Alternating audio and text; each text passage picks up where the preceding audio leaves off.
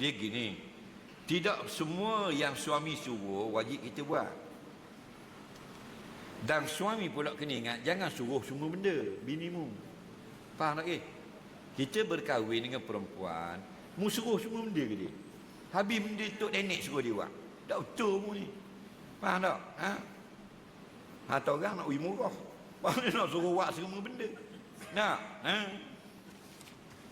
Bukan semua benda dia boleh buat. Benda yang dia boleh buat, benda yang mudah bagi dia, wajib dia tunaikan. Benda yang dia tak suka buat, jangan suruh buat. Faham lagi? Kalau dia tak baik dengan kakak kita ada kakak, bini kita tak baik, kita paksa dia suruh pergi rumah kakak kita, dia tak boleh paksa. Tak boleh. Dia tak pergi, tak berdosa. Sebab tu kalau dalam bab nafkah tempat tinggal, kita tak boleh duduk rumah bini kita tak boleh letak pada rumah yang ada orang yang dia berbalah. Tak boleh. Katakan dia balah dengan kakak kita duduk rumah tu kau, kita nak ajak duduk serumah, dia tak suka, tak boleh. Mu tak tunai kewajipan nafkah. Mu kena cari rumah lain, rumah baru ke dia. Faham tak? Nak letak bini mesti pada tempat yang dia senang hati.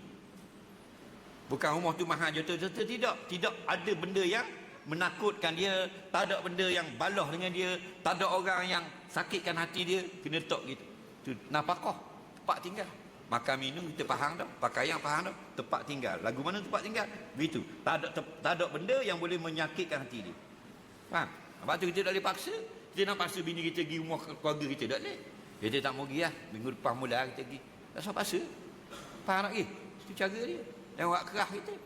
Nak?